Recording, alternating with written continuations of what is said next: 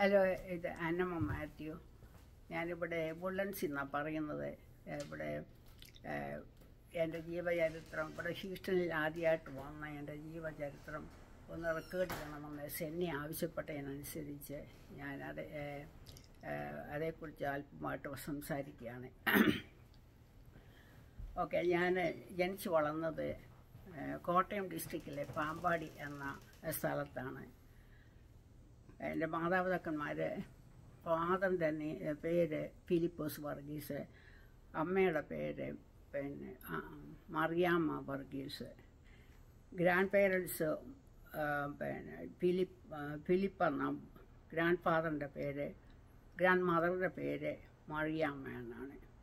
പിന്നെ ഞങ്ങൾ 7 മക്കളാണ്.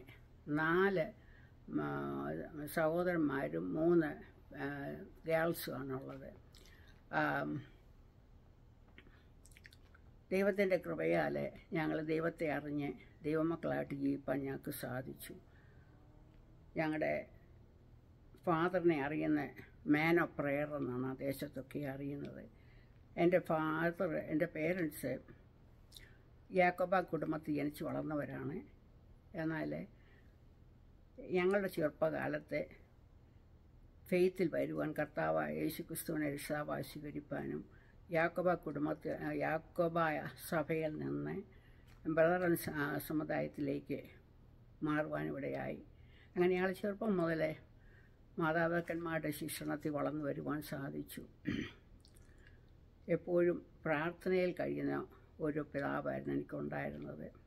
മക്കളൊക്കെയും ദൈവവഴിയിൽ നടക്കണമെന്ന് മാത്രമേ അവരാഗ്രഹിച്ചുള്ളൂ. ഏതായാലും ദൈവം ഞങ്ങളെ വളരെയധികമായിട്ട് അനുഗ്രഹിച്ചു. ആ പിതാവിൻ്റെ പ്രാർത്ഥനയുടെ ഫലമോർത്ത് ഞാൻ ദൈവത്തെ സ്തുതിക്കുന്നു.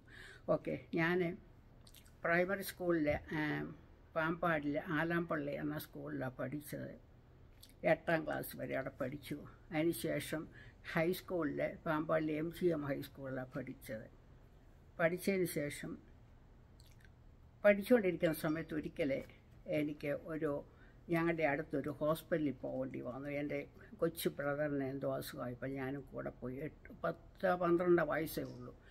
അന്നേരം ഒരു നേഴ്സ് ഒരു പേഷ്യൻറ്റിനെ സ്ട്രക്ചറിലിട്ട് കൊണ്ടുപോകുന്ന കണ്ടു. അന്നേരം എന്തോ ഈ പേഷ്യൻ്റ് മൂവ് ചെയ്യുകയും എന്തോ ചെയ്തെന്ന് എനിക്കറിയത്തില്ല. ഈ നേഴ്സ് വളരെ റൂഡായിട്ട് സംസാരിക്കുന്ന കേട്ടു. അത് കേട്ടപ്പോൾ എനിക്ക് മനസ്സിന് വലിയ വിഷമം തോന്നി. ഇതന്നെ ഇവരിങ്ങനെ പറയുന്ന ഒരു പാവപ്പെട്ട പേഷ്യൻ്റാണല്ലോ.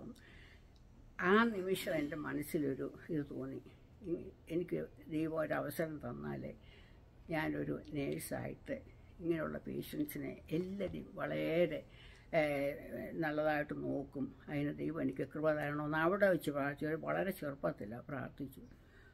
ദൈവം ആ പ്രാർത്ഥന കേട്ടു എന്നുള്ളതിന് യാതൊരു സംശയവുമില്ല. അങ്ങനെ പിന്നെ വർഷങ്ങൾ കഴിഞ്ഞു. ഹൈസ്കൂളൊക്കെ പാസ്സായി.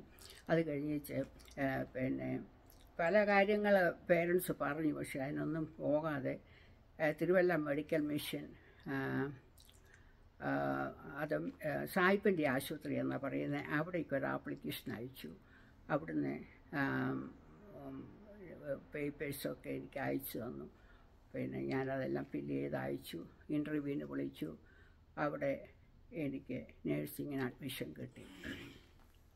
1961 to 65 വരെ അവിടെ പഠിക്കാൻ ദൈവം കൃപ തന്നു. അത് ഏറ്റവും എനിക്ക് സന്തോഷകരമായൊരു സ്ഥലമായിരുന്നു. അത് മുഴുവന് മിഷൻ ഓറിയൻറ്റഡാണ്. എല്ലാ മിഷണറിമാരും, ഡോക്ടേഴ്സും ട്യൂട്ടേഴ്സും എല്ലാവരും മിഷണറിമാർ. ഇംഗ്ലണ്ട്, സ്കോട്ട്ലൻഡ്, പിന്നെ ഓസ്ട്രേലിയ മുതലായ സ്ഥലങ്ങളിൽ നിന്നുള്ളവരായിരുന്നു.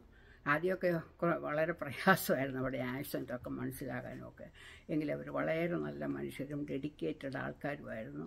അതുകൊണ്ട് ഞങ്ങൾക്ക് വളരെ സന്തോഷകരമായിട്ട് അവിടെ ജീവിക്കാനും ദൈവകൃപയിൽ വളർന്നു വരുവാനും ദൈവമക്കളെ കാണുവാനും എപ്പോഴും അവിടുത്തെ അന്തരീക്ഷം ഒരു ദൈവിക അന്തരീക്ഷമായിരുന്നു. അതെന്നെ വളരെ പ്രോത്സാഹിപ്പിച്ചു. അതുപോലെ എൻ്റെ പേരൻസിനും അത് വലിയ സന്തോഷമായിപ്പോയി. പലരും നേഴ്സിങ്ങിന് പോകുന്ന ഇഷ്ടമല്ല, അങ്ങനെയാ ഇങ്ങനെയാ എനിക്ക് വേണ്ടായിരുന്നു. പക്ഷേ ഞങ്ങൾക്ക് നേരെ തിരിച്ചായിരുന്നു. ദൈവം ഇങ്ങനെ ഒരു വഴി കാണിച്ചു തന്നല്ലോ, അതിൽ കൂടി ദൈവത്തെ സേവിക്കാമെന്നുള്ള ഒരു വലിയ സന്തോഷവും ആഗ്രഹവും ഉണ്ടായിരുന്നു. അത് ദൈവം സാധിപ്പിച്ചു തന്നു എന്ന് മാത്രം എനിക്ക് പറയാം. എനിവേ അവിടുത്തെ 4 വർഷത്തെ കോഴ്സ് കഴിഞ്ഞു.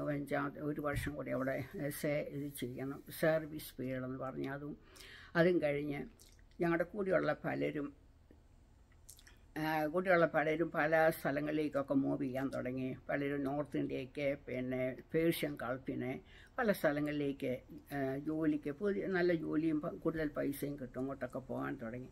അതിലൊക്കെ ഞാൻ പ്രാർത്ഥിക്കുന്നുണ്ട്, എൻ്റെ ദൈവമേ എനിക്ക് ഏത് വഴിയില്ല ഞാൻ എനിക്ക് അവിടെ എങ്ങും പോകാൻ ഒരു മനസ്സും തോന്നിക്കുന്നില്ല, ഒരു ഇൻട്രസ്റ്റും തോന്നിയില്ല. ഞാൻ അന്നേരമൊക്കെ ഈ അമേരിക്കയെക്കുറിച്ചോ ഇംഗ്ലണ്ടിനെക്കുറിച്ചോ ഒക്കെ ഒന്ന് കേട്ടുകഴിവല്ലാതെ യാതൊന്നും അറിയത്തില്ല. അവിടെയുള്ള ആൾക്കാരെ അറിയത്തില്ല, ഒന്നും അറിയത്തില്ല. ഏതായാലും ആ സമയത്ത് ഒരു മാഗസിനിൽ 2-3 ആപ്ലിക്കേഷൻ കണ്ട് ഇങ്ങനെ അമേരിക്കയിൽ നേഴ്സസിനെ എടുക്കുന്നുണ്ടെന്ന്. അതെനിക്ക് വലിയ സന്തോഷമായി. വളരെ ആകാംക്ഷയോടുകൂടി ഞാൻ ആ കണ്ട അഡ്രസ്സിലെല്ലാം ഞാൻ ആപ്ലിക്കേഷൻ അയച്ചു. ആപ്ലിക്കേഷൻ അയക്കാനൊക്കെ എനിക്ക് അവിടെ പല സിസ്റ്റേഴ്സും എന്നെ ഹെൽപ്പ് ചെയ്തു. ഞാൻ ചോദിച്ചു എങ്ങനെയാ എന്നൊക്കെ പറഞ്ഞ് എനിക്ക് പറഞ്ഞു തന്നു. അങ്ങനെ ഞാൻ ആപ്ലിക്കേഷൻ അയച്ചു. അങ്ങനെ ഇരിക്കുമ്പോഴാണ് എനിക്ക് ഗാൽവെസ്റ്റോൺ ടെക്സാസിൽ നിന്ന് UTMB university of Texas medical ബ്രാഞ്ചിൽ നിന്ന് ഒരു ഓഫർ വന്നു. അത് 2 ഇയർ എക്സ്ചേഞ്ച് വിസിറ്റിംഗ് പ്രോഗ്രാം എന്ന് പറഞ്ഞൊരു പ്രോഗ്രാമാണ്. അത് വന്നു. അതിന് ഒരു ഓഫർ വന്നു. പക്ഷേ അതിന് പല ടെസ്റ്റുകൾ പാസ്സാകണം. അത് ഇംഗ്ലീഷ് പ്രൊഫഷൻസി ടെസ്റ്റ് അമേരിക്കൻ കൗൺസിലായിട്ട് പോയിട്ട് എഴുതിയും സ്പോക്കൺ ആൻഡ് റിട്ടൺ ഇംഗ്ലീഷ് എഴുതി പാസ്സാകണം. അതിന് പോയി ദൈവത്തിൻ്റെ കൃപയാൽ അത് പാസ്സായി. അതിന് ശേഷമുള്ള ടെസ്റ്റുകളൊക്കെ ഞാൻ പാസ്സായി. ഞാൻ മിടുക്കിയായിട്ടൊന്നുമല്ല, ദൈവം കൃപ തന്നെന്ന് മാത്രമേ ഉള്ളൂ. ഞാൻ ഒരു ആവറേജ് പേഴ്സൺ മാത്രമാണ്. എല്ലാം ദൈവത്തിൻ്റെ കൃപ കൊണ്ട് അതൊക്കെ സാധിച്ചു തന്നു.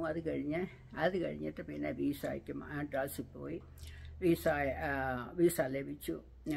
പിന്നെ അത് വിസയൊക്കെ ലഭിച്ചു. അത് കഴിഞ്ഞിട്ട് ഒരു പ്രശ്നം കൂടി അവിടെ ഉണ്ടായി. അതും ദൈവത്തിൻ്റെ കൃപയായിരുന്നു. എനിക്ക് അലർജി പ്രോബ്ലം ഉണ്ട്.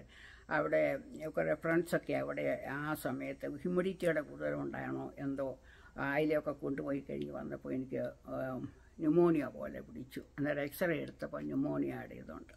അതുകൊണ്ട് അന്നേരം തന്നില്ല, പിന്നെ എടുക്കണമെന്ന് പറഞ്ഞു. അന്നേരം വളരെ പ്രയാസം, ഇതെല്ലാം ശരിയായിരിക്കുക, ഇത് കിട്ടിയില്ലല്ലോ എന്ന് പ്രാർത്ഥിച്ചു. എനിവേ ദൈവഹിതം പോലെ ആട്ടം. എൻ്റെ ബ്രദർ അന്നേരം കൂടി ഉണ്ടായിരുന്നു. പിന്നെ ദൈവഹിതം പോലെ ആട്ടം. ഞാനിവിടെ തിരിച്ചു വന്ന തിരുവല്ല ഹോസ്പിറ്റലിൽ വന്നു. അവരോട് ആ ഡോക്ടേഴ്സ് അവർക്കെല്ലാം വലിയ പ്രയാസമായത് കേട്ടപ്പോൾ ഒരു ഡോക്ടർ എന്നോട് പറഞ്ഞു, "no, I am going to make you well എന്നും പറഞ്ഞ് പുള്ളി പറഞ്ഞു. എല്ലാവരും പ്രാർത്ഥിച്ചു, ദൈവഹിതമെങ്കിലേ നടക്കട്ടെ. അങ്ങനെ പിന്നെ കുറച്ച് ട്രീറ്റ്മെൻറ്റുമൊക്കെ ചെയ്തു. 2 മാസം കഴിഞ്ഞിട്ട് പിന്നെ തിരിച്ചു പോയി എക്സ്റേ ഒക്കെ എടുത്തപ്പോൾ എല്ലാം നോർമലായി. പ്രൈസ് ദി ലോർഡ് എന്ന് പറയാനേ ഉള്ളൂ. അങ്ങനെ അതെല്ലാം കഴിഞ്ഞു. വിസ കിട്ടി, തിരിച്ചു വന്നു. അങ്ങനെ തിരുവല്ലയിൽ വന്നു. തിരുവല്ല ഹോസ്പിറ്റലിൽ നിന്ന് ആദ്യമായിട്ടാണ് അമേരിക്കയ്ക്ക് ഒരാൾ പോരുന്നത്.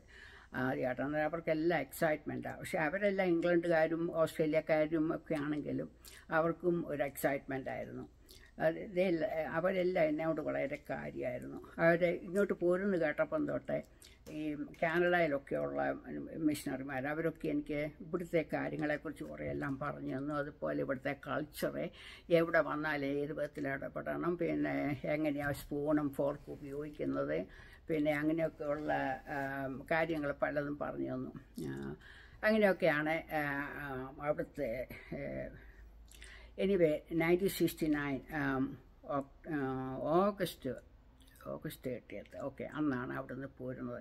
അവിടുന്ന് കൊച്ചിക്ക് വീട്ടിൽ നിന്ന് പോകുന്ന വീട്ടിൽ എല്ലാവർക്കും ഇത്രയും ദൂരോട്ട് പെൺപിള്ളേരെ തന്നെ വിടുക എന്ന് പറയുന്നത് ഇറ്റ്സ് വെരി. അന്നൊക്കെ ആണുങ്ങളൊക്കെ പുറത്തൊക്കെ പോകും, പക്ഷേ പെൺപിള്ളേർ പുറത്ത് പോകുക എന്ന് പറയുന്നത് വളരെ അൺയൂഷ്വലായിരുന്നു. That's okay. My father was a strong is a prayer warrior. വളരെ ഭക്തനായിരുന്നു മനുഷ്യൻ. എന്ന് പറഞ്ഞ് ദൈവത്തോട് പ്രാർത്ഥിച്ച് കണ്ണുനീരിലെ വെളുപ്പാൻകാലത്ത് ഒരു 5 മണിക്ക് എഴുന്നേറ്റ് ഒരു 7 വരെ മുട്ടുമ്പോൾ നിന്ന് പ്രാർത്ഥിക്കുന്ന ആളായിരുന്നു. പുള്ളി പ്രാർത്ഥിച്ച് പറഞ്ഞു, ഒരു കുഴപ്പമില്ല, പൊക്കോ, ഞങ്ങളിവിടെ പ്രാർത്ഥിക്കുന്നുണ്ടെന്ന് പറഞ്ഞു. അങ്ങനെ എനിവേ ഞങ്ങളെ ഇവിടെ പിന്നെ അതിലെല്ലാം രസമായിട്ട് എന്നെ എയർപോർട്ടിൽ വിടാനായിട്ട് പിന്നെ വളരെ അന്നത്തെ കാര്യം 69 കാര്യം ഓർക്കണം. അന്നേരം പ്ലെയിൻ യാത്രയൊക്കെ വളരെ കുറവാണ്. അവിടുന്ന് ഒരു ടാക്സിയിൽ 8 or 9 പേരുണ്ടെന്ന് തോന്നുന്നു. എത്ര പേരാണെന്നറിയത്തില്ല. ഇങ്ങനെ ഞൂങ്ങി വളരെ ഞെരുങ്ങി കിടന്ന് എന്നെ അവിടെ കൊണ്ട് ആക്കിയത് ഞാൻ ഓർക്കുന്നുണ്ട്. അത് കഴിഞ്ഞിട്ട് അതിൽ പ്ലെയിനെ കയറി ഞാനിട്ട് പോരുമ്പോൾ അവർക്കെല്ലാം വളരെ പ്രയാസപ്പെട്ടു. അവരൊക്കെ പറയുന്നത് ഒരു ബ്രദർ പറഞ്ഞു ഒരു പക്ഷി വിഴുങ്ങിക്കൊണ്ട് പോകുന്ന പോലെ തോന്നി, ഞങ്ങൾക്ക് വലിയ സങ്കടമായിപ്പോയി എന്നൊക്കെ പറഞ്ഞു. എനിവേ അതൊക്കെ കഴിഞ്ഞു. അങ്ങനെയാണ് അവിടുന്ന് പോരുന്നത്. പിന്നെ അത് കഴിഞ്ഞ് ബോംബെ വന്നു. ബോംബെയിൽ എൻ്റെ സിസ്റ്റർ ഇൻ ലോയുടെ ഫാമിലിയൊക്കെ ഉണ്ടായിരുന്നു. അവരൊക്കെ എന്നെ പല പേർക്ക് ഹെൽപ്പ് ചെയ്തു. അതിൽ ഞാൻ കേരളത്തിൽ നിന്ന് എങ്ങും പുറത്തു പോയിട്ടില്ല. നേഴ്സിംഗ് പഠിച്ചുകൊണ്ടിരിക്കുമ്പോഴേ ഗുജറാത്തിലൊരു കോൺഫറൻസിന് പോയതല്ലാതെ ഒരിടത്ത് ഞാൻ ഔട്ട്സൈഡിൽ പോയിട്ടില്ല. So I don't have any experience, ഔട്ട്സൈഡിൽ ഒരു എക്സ്പീരിയൻസും ഇല്ല. എനിവേ അവരൊക്കെ ഹെൽപ്പ് ചെയ്ത് അന്ന് ഇവിടെ ഇട്ട് പോരാനായിട്ട്. പിന്നെ ജാക്കറ്റ്, ഇവിടെ വിൻ്റർ കോട്ടൊക്കെ വേണമെന്ന് പറഞ്ഞു, എണ്ണ തന്നു പോലും അറിയത്തില്ല. എനിവേ അവരതെല്ലാം മേടിച്ച് തന്ന് റെഡിയാക്കി പ്ലെയിനെ കയറ്റി വിട്ടു. അവിടുന്ന് പിന്നെ ബോംബെയിൽ നിന്ന് ലണ്ടനായിരുന്നു. അവിടെ വന്ന് സ്റ്റോപ്പ് ചെയ്യണം. അതായത് ഈ പ്ലെയിനെ കയറി ഞാൻ ഇങ്ങോട്ട് പോരുമ്പോഴാണെങ്കിലും എല്ലാ ആൾക്കാരൊക്കെ വളരെ നല്ല ആൾക്കാരൊക്കെ. അതിനകത്ത് യാതൊന്നും കഴിക്കുന്നില്ല. അടുത്തിരിക്കുന്നവർ പലരും വെള്ളക്കാരാണ്. അവരൊക്കെ പറഞ്ഞു വല്ലതും കഴിക്കല്ലെങ്കിൽ കൊണ്ട് കെട്ടായ to eat something, drink something. അങ്ങ് കഴിക്കാനൊരു ഇൻട്രസ്റ്റ് ഇല്ല. എനിവേ പിന്നെ സ്പ്രൈറ്റ് മാത്രം കുടിച്ചതായിട്ട് ഞാൻ ഓർക്കുന്നുണ്ട്. അങ്ങനെ ഞങ്ങൾ ന്യൂയോർക്കിൽ വന്നു. ലണ്ടനിൽ നിന്ന് ന്യൂയോർക്കിൽ വന്നു. ന്യൂയോർക്കിൽ വന്ന് അവിടെ ഇറങ്ങിക്കഴിഞ്ഞപ്പോൾ പിന്നെ അവിടുന്ന് ഹ്യൂസ്റ്റനാണ് പോരേണ്ടത്. അവിടെ വന്നപ്പം ഹ്യൂസ്റ്റനിലോട്ടുള്ള ഫ്ലൈറ്റ് ക്യാൻസൽ ചെയ്തു. പിന്നെ ഹോട്ടലിൽ പിന്നെ എന്നെ കൊണ്ടുപോയി. ആദ്യമായിട്ടാണ് പോകുന്നത്. ഭയങ്കരമുണ്ട്. പക്ഷേ ഒരു ധൈര്യം, ദൈവം വളരെ ധൈര്യം തരുന്നുണ്ട്. വളരെ വളരെ ചെറുപ്പമല്ലേ. അങ്ങനെ ഇനി അവർ ഹോട്ടലിൽ ആക്കി. അത് കഴിഞ്ഞ് ഹോട്ടലിൽ ഇതൊക്കെ കഴിഞ്ഞ് പിറ്റേ ദിവസം ഉറങ്ങി, ഒരുവിധം കുറച്ചൊക്കെ ഉറങ്ങി. അതൊക്കെ കഴിഞ്ഞ് പിറ്റേ ദിവസം എയർപോർട്ടിൽ വന്നു. പിന്നെ അവിടെ നിന്ന് പിന്നെ ഹ്യൂസ്റ്റനിലേക്ക് വന്നു. ക്വസ്റ്റിന് സമയത്ത് വന്നു. അവിടെ വന്ന് ഇറങ്ങിയപ്പോഴേ മണി middle of the night 2 o'clock, 2 or 2:30 something like that. അത് കഴിഞ്ഞിട്ട് അവിടെ ഇറങ്ങിക്കഴിഞ്ഞു. പിന്നെ എൻ്റെ ഒരു സീനിയർ മോസ്റ്റ് ഒരു ആളെ ഗാൽവെസ്റ്റോണിൽ ജോലി ചെയ്യുന്നുണ്ട്. എനിക്ക് ശരിക്കും അറിയത്തില്ല, എന്നാലും കണ്ടിട്ട് വിട്ടിരുന്നു. പുള്ളിക്കാരിക്ക് ഞാൻ എഴുതിയാൽ ഞാനിങ്ങനെ വരുന്നുണ്ട്, എനിക്ക് ആരെയും അറിയത്തില്ല, എനിക്ക് എന്തെങ്കിലും ആവശ്യമുണ്ടെങ്കിൽ ഒന്ന് ഹെൽപ്പ് ചെയ്യണമെന്ന്. അങ്ങനെ പുള്ളിക്കാരി പുള്ളിക്കാരുടെ പേര് കുഞ്ഞമ്മയെന്ന്. പുള്ളിക്കാരി പറഞ്ഞു ഒന്നും പേടിക്കണ്ട, ഹ്യൂസ്റ്റണിൽ വരുമ്പോൾ എന്നെ ഒന്ന് വിളിക്കണം എന്നൊക്കെ പറഞ്ഞു. അങ്ങനെ അവിടെ വന്ന് എനിക്കൊന്ന് വിളിക്കുന്നത് എങ്ങനെയാണെന്ന് അറിയത്തില്ല. ഫോൺ വിളിക്കാൻ ഞാൻ അവിടെ നിന്ന് ഒരാളോട് പറഞ്ഞു, ഞാനിങ്ങനെ ന്യൂ കമറ, എനിക്കൊരു ഹെൽപ്പ് വേണം, ഫോൺ വിളിക്കണം. അന്നേരം എന്നോട് പറഞ്ഞു ഗോ ആൻഡ് പുട്ട് എ നിക്കിൾ ദേ. എന്നിട്ട് ആ ഫോൺ വിളിക്കാൻ പറഞ്ഞു നിക്കിൾ. അന്നേരം ഞാൻ പറഞ്ഞു നിക്കിൾ എന്നെ കയ്യുടെ നിക്കിളാണ്. അങ്ങോട്ട് ഞാൻ അടോണ്ട് കാബനി നിക്കിൾ. അന്ന് $7 നമുക്ക് തന്നു വിടുന്നത് അങ്ങോട്ട് പോകാൻ. അതിൽ കൂടുതൽ തരത്തില്ല. എനിവേ അത് ഡോളറായിട്ടാണ്, അല്ലാതെ നിക്കിളായിട്ടും ഡയമായിട്ടും ഒന്നുമല്ല. അന്നേരം ആർക്ക് മനസ്സിലായി എനിക്കറിയത്തില്ല. പക്ഷേ പറഞ്ഞു do worry apart it, am going to have ഇതൊന്നും പറഞ്ഞിട്ട് അയാൾ വന്നിട്ട് അയാൾ നിക്കിളെടുത്ത് ഫോണിൽ പേ ഫോണിൽ ഇട്ടിട്ട് പിന്നെ പുള്ളിക്കാരിയെ വിളിച്ചപ്പം പുള്ളിക്കാരി ആൻസർ ചെയ്യുന്നവരും പറഞ്ഞു സാർ ഒരു കുഴപ്പമില്ല, അവിടെ ലൂമസിനെ ഇവർ ഈ UTMB യൂണിവേഴ്സിറ്റി ഓഫ് ടെക്സാസുകാരെ ഞാൻ ചെല്ലാനായിട്ട് ഹ്യൂസ്റ്റണിൽ നിന്ന് ഗാൽവെസ്റ്റണിലേക്ക് ലൂമസിനെ അറേഞ്ച് ചെയ്തിട്ടുണ്ടായിരുന്നു. ഈ ലൂമസിന് എന്താണ് ആടണോ വട്ട് ഈസ് എ ലൂമസിൻ? അന്നേരം നേരോട് ചോദിച്ചു വട്ട് ഈസ് എ ലൂമസിൻ. എനിക്ക് മനസ്സിലായി. അപ്പോൾ ഞാൻ ഇതൊന്നും അറിയത്തില്ല, ന്യൂ ആണല്ലോ എന്നും കൊണ്ട് അത് പറഞ്ഞു ഞാൻ കൊണ്ട് ടേക്ക് യു ഓവർ ദെയർന്നും പറഞ്ഞുകൊണ്ട് എന്നെ അങ്ങോട്ട് ലൂമസിൻ്റെ അടുത്തോട്ട് കൊണ്ടുപോയി. ലൂമസിൻ്റെ അടുത്ത് ചെന്ന് പിന്നെ അതിനകത്ത് കയറി. അതിനകത്ത് അന്നേരം 8 passengers ഉണ്ട്, എന്നെ കൂടി ഉൾപ്പെടെ, ഡ്രൈവറും ഉണ്ട്. അതായിട്ട് ഗാൽവെസ്റ്റോൺ യാത്രയായി. അന്നേരം അങ്ങോട്ട് ഞങ്ങൾ പോകുന്ന വഴിക്ക് ഓരോ പാസഞ്ചേഴ്സ് ഓരോ സ്ഥലത്ത് ഓരോ മുക്കിനും മൂലയ്ക്കുമായിട്ട് ഇറങ്ങി അവസാനം വന്നപ്പോൾ ഞാനും ഡ്രൈവറും ശേഷിച്ചു. അന്നേരത്തേക്ക് I think 4 o'clock 4:30 something early morning. എൻ്റെ മനസ്സിലങ്ങ് വളരെ പേടിയുണ്ട്, എന്തോ എവിടെയാ ആരെയും അറിയത്തുമില്ല. അന്നേരം ആർക്ക് മനസ്സിലായി ഐം സോ സ്കെയർഡ് അവർ പറഞ്ഞു don't worry I am going to take you right place എന്നും പറഞ്ഞുകൊണ്ട് പുള്ളിക്കാരൻ തന്നെ അവിടെ കൊണ്ട് അപ്പാർട്ട്മെൻറ്റിൽ ആ കുഞ്ഞമ്മ എന്ന് പറഞ്ഞ ആളിൻ്റെ അപ്പാർട്ട്മെൻറ്റിൽ മുട്ടി അവിടെ തുറന്ന് തന്നെ അവിടെ കയറ്റി ആക്കിയിട്ടാണ് അങ്ങേര് പോരുന്നത്. അങ്ങേർക്കുള്ള പിന്നെ ഫീസും ഒക്കെ കുഞ്ഞമ്മ കൊടുത്തു കഴിഞ്ഞിട്ട് അങ്ങേരിക്ക് പോകുന്നത്. അതാണ് എൻ്റെ ഇവിടുന്ന് ഗാൽവസ്റ്റോൺ വരെയുള്ള യാത്ര.